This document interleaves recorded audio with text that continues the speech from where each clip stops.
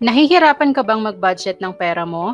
Parati ka bang nagtatanong kung saan napupunta ang sweldo mo at kung bakit wala ka pa ding naiipon kahit mas malaki na ang sahod mo bilang OFW? Baka ito na ang pagkakataon mo para i-budget ng maayos ang pera mo. Gusto mong malaman kung paano mag-budget? Panoorin mo ang video na to. Welcome to the Pinay Investor, where we talk about budgeting, saving, and investing for the women and men in the household. Ako po si Janice and I'm passionate about teaching financial literacy, one family at a time. Ngayon, ang pag-uusapan natin ay Budgeting 101 for OFWs. Marami sa ating mga kababayang OFW ang nahihirapang mag-budget or mag-ipon ng pera. Kaya naman pag natapos ang kanilang contract or pag umuwi na sila sa Pinas, nagtataka sila saan ba napunta yung pinaghirapan kong pera dahil wala naman silang nakikitang investments, wala naman silang naipon. Kaya sa video na to, yan ang isi-share ko sa inyo. Kaya if you are an OFW or kahit na hindi ka OFW, panoorin mo ang video na to dahil para sa'yo to. By the way, this video is sponsored by Netizen, a digital or mobile banking facility dedicated for OFWs. Anyway, paano nga ba ang tamang pagbabudget para sa isang OFW? Ang pinakauna kong ina-advise is to know your goals. Ano ba yung mga goals mo? Ano ba yung mga pangarap mo? Ano ba yung dahilan kung bakit ka nasa abroad ngayon? Ilista nyo lahat ng mga goals nyo. Halimbawa, to have a house and lot para magkaroon kayo ng sariling bahay at lupa. Number 2, gusto nyong makapag-aral ang mga anak nyo. Number 3, sabihin natin for retirement kasi ayaw mo naman na pag nag-retire ka, aasa ka sa ibang tao or sa mga anak. So once na nailista nyo na lahat ng inyong mga goals, lagay nyo dito sa right side yung why. Why is your deeper reason or purpose kung bakit gusto mo ng house and lot? Siguro kasi for so many years nakikita lang kayo sa kamag-anak or nangungupahan lang kayo.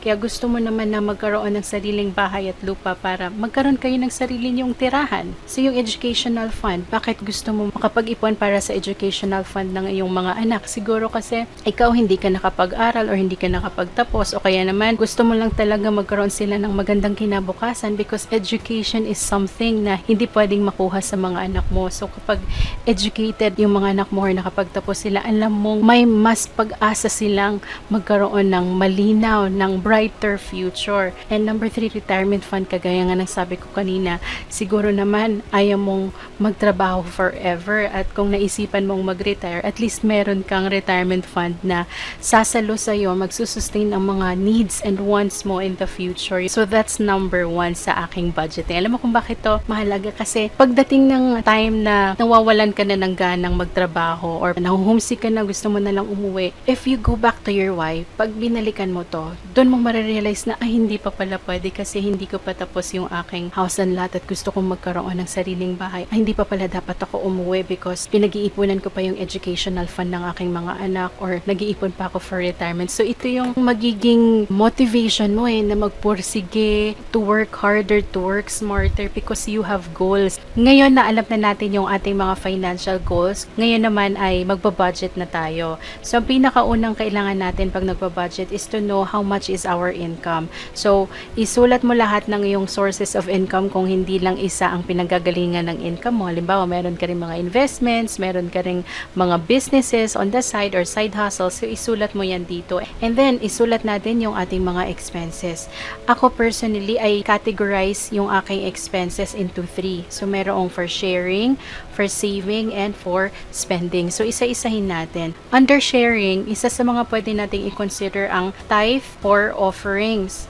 Ang tithe, it's the 10% of our income na ibinibigay natin sa church as a way of honoring God for all the blessings. Kasi naniniwala tayo na lahat ng kinikita natin, lahat ng kakayahan natin to earn money, the ability to produce wealth ay galing kay Lord. Second, that's for sharing is yung ating mga family. So, ito yung sa remittances natin sa ating mga kapamilya, sa ating mga mahal sa buhay sa Pilipinas. Kasi one of the reasons kung bakit tayo nag-abroad ay para matustos kung saan yung pangangailangan ng ating mga kapamilya. Number 2 is saving, and under savings, depende to sa mga pinag-iipunan natin, sa mga pinaglalaanan natin. Pero number 1 na ina-advise ko talaga is yung emergency fund, kasi hindi natin hawak yung ating trabaho. Pwedeng mawalan tayo ng trabaho bigla, or hindi man tayo yung apektado, pwedeng yung ating mga kapamilya or isa sa ating mga mahal sa buhay ay nagkaroon ng emergency need for money. Pwedeng medical expense. At least meron kang nakatabi dito na emergency fund for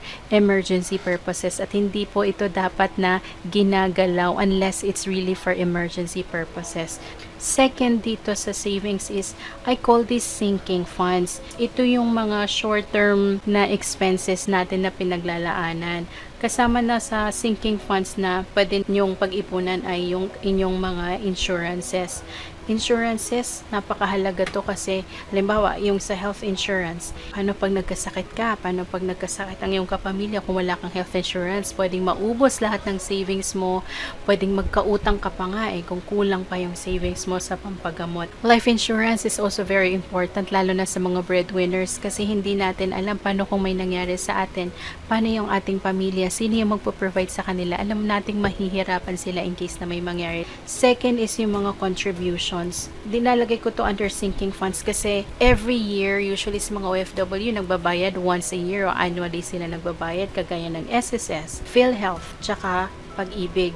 Number 3 under sinking funds is yung ating vacation or travel fund, kasi alam ko naman, lalo na kapag matagal kang nagsistay abroad, gusto mo ring makapagbakasyon sa Pilipinas para makapiling at makasama ang iyong mga mahal sa buhay. At saka alam naman natin, pag nagbabakasyon ng OFW sa Pilipinas, ang daming umaasa, ang daming nag-expect ng pasalubong. If you want na hindi ka mahirapan pagdating ng time na magbabakasyon ka, paglaanan mo ang iyong vacation fund. Okay? Ano pa yung mga pwede nating isama sa sinking funds? Pwede natin ditong isama yung mga birthdays and special occasions. Pwedeng birthday natin or birthday ng parents, birthday ng mga anak, ng wife, or kung ano man yung mga pinaka-importanting tao sa buhay mo, because it comes talaga. Every single year sa awan ng Diyos, nagbo-birthday tayo, nagse-celebrate tayo ng mga special occasions, fiesta, Christmas, New Year, anniversaries, at minsan talaga kailangan nating gumastos for these occasions, at nag-e-expect din yung ating mga kapamilya na magbibigay tayo for these special occasions. So kung gusto mong mapadali ang iyong pag-iipon tuwing magkakaroon ng mga special occasions, ay mag-set aside ka na ng amount every single month, ilagay mo sa sinking funds para pag nabuo to, every time na may magbe-birthday, kukunin mo na lang at ipapadala mo na lang. Hindi na mababawasan yung iyong savings, hindi ka nababawas sa iyong emergency fund kasi may nakalaan ka na for that expense. Number 3 naman under savings is yung debts. Lalo na sa mga OFWs na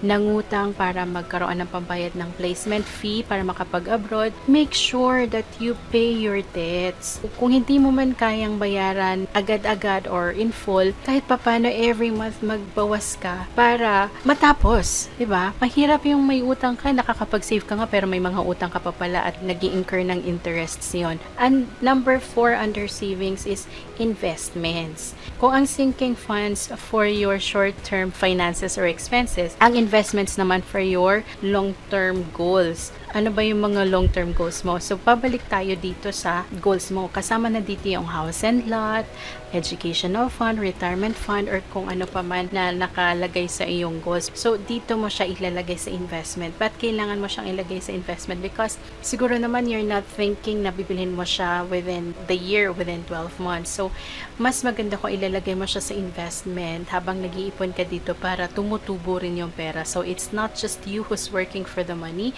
Your money is also working for you. Okay, so far meron na tayo sa sharing, second sa saving, and number 3 naman yung spending.